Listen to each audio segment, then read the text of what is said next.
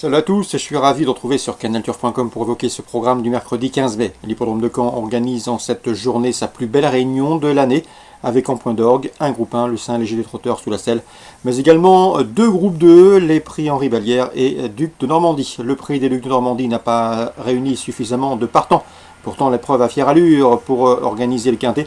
C'est donc le prix Georges Dreux qui servira de support au pari à la carte. Dans cette course, j'ai placé en tête le 12 Super Nice, un cheval scandinave qui a couru de meilleurs lots cet hiver à Vincennes.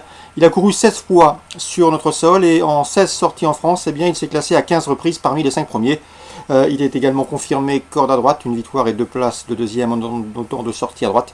C'est a priori une bonne base de jeu. On lui pose le 13, Diego Duguelier, un cheval qui a remporté il y a de cela quelques saisons le Critérium des 3 ans, preuve de sa qualité. Ensuite, il a connu des problèmes de santé, notamment à l'âge de 5 ans.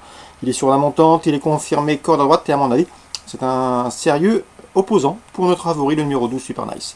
Le 8, Charlie Delaunay, un cheval du relais fort, adepte de la course en avant, qui a signé pas moins de 10 victoires l'an dernier en 2018. Après une course de rentrée profitable à Cordemais, il devrait refaire parler de lui. Numéro 11, Cobra Arcarac ne doit pas être condamné sur sa dernière disqualification à Laval où il se rapprochait avec des ressources au moment de sa faute. Sachez qu'il a couru 4 fois à Caen, résultat 3 succès. On garde. On garde également le 14 Balzac de Souvigné qui compte déjà 12 quintets à son actif pour 2 victoires et 3 places. Le cheval a déjà gagné 2 fois à droite et à mon avis dans ce lot, il peut bien faire. Je retiendrai également le numéro 15 Berry Félin qui est régulier non seulement, mais qui possède également une 13-6, le meilleur chrono du peloton sur ce parcours. Le numéro 5 c'est Belle-Louise Mabon qui n'a pas gagné depuis janvier 2018, qui va débuter col à droite. Mais attention, elle vient de prouver sa forme dans un lot bien composé à Vincennes, 4ème. Et le numéro 3 c'est Aaron the Baron, un cheval qui, à mon avis, ici pourrait bien venir corser les rapports, puisqu'il est bon droitier. Dernière fois, eh bien, il a été disqualifié de la 2ème place après enquête à Argentan sous la selle. Un cheval qui connaît parfois des problèmes d'allure, mais c'est un bon droitier, à mon avis, dans ce lot. Il ne saurait être négligé.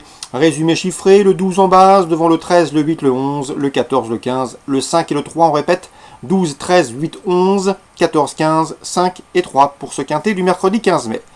Saint-Léger des Trotteurs, deuxième course, belle épreuve sous la selle, premier groupe 1 de l'année autre-montée pour cette promotion.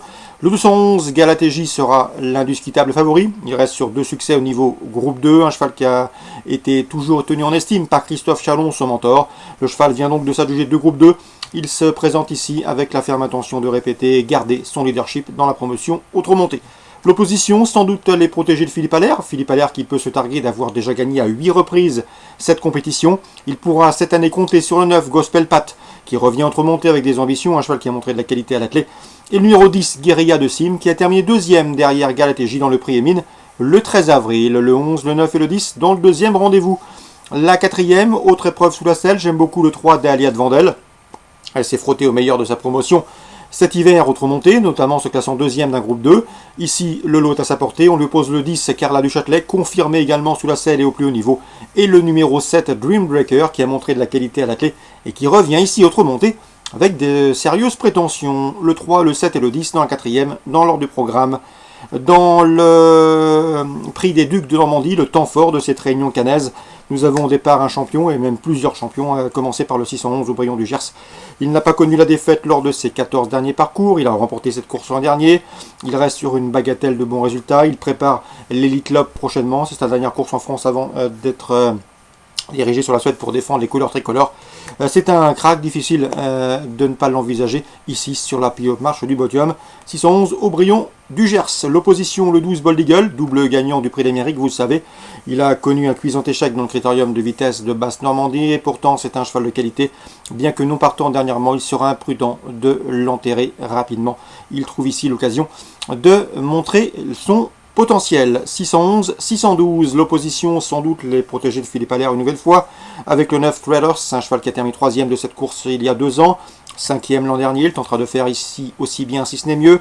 Le 607 Bugsy Malone, trotteur dur à l'effort, à mon avis, peut réaliser un numéro dans cette course. Et le 610, Billy de Montfort, 2ème du critérium de vitesse de Basse-Normandie, récemment à Argentan, derrière Aubryon du Gers. Elle tentera une nouvelle fois de se mêler activement à l'emballage final. Le 11 Aubryon du Gers, la base. Ensuite, il faut tourner autour du 12 Bull Eagle, du 9 Traders, du 7 Bugsy Malone ou encore du 10 Billy de Montfort. Le 7e rendez-vous, c'est le prix Henri Ballière, sous la selle. Nous avons au départ le 710 Fado Duchesne, autre champion.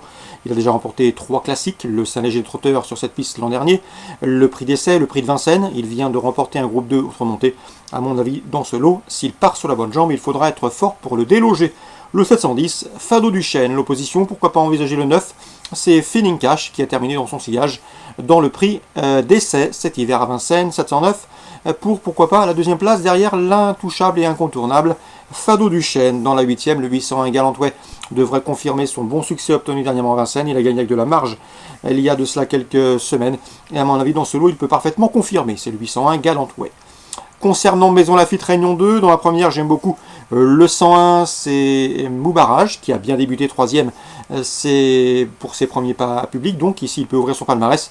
À mon avis, il lui faudra surtout redouter le 103 Mouatak, qui est proche de sa course. 101-103 dans la réunion d'ouverture, dans la course d'ouverture, dans la réunion de Maison Lafitte. Dans la 6e, attention au 605, Hoktama, qui a terminé 2e en débutant à Paris-Longchamp, courant avril, le 22 pour être précis, qui trouve ici également l'occasion de goûter aux joies d'un premier succès. 101, 103, 605, voilà pour les coups de cœur de la Réunion 2 à Maison Lafitte. Excellent jeu à tous, bonne journée, rendez-vous demain pour un nouveau programme.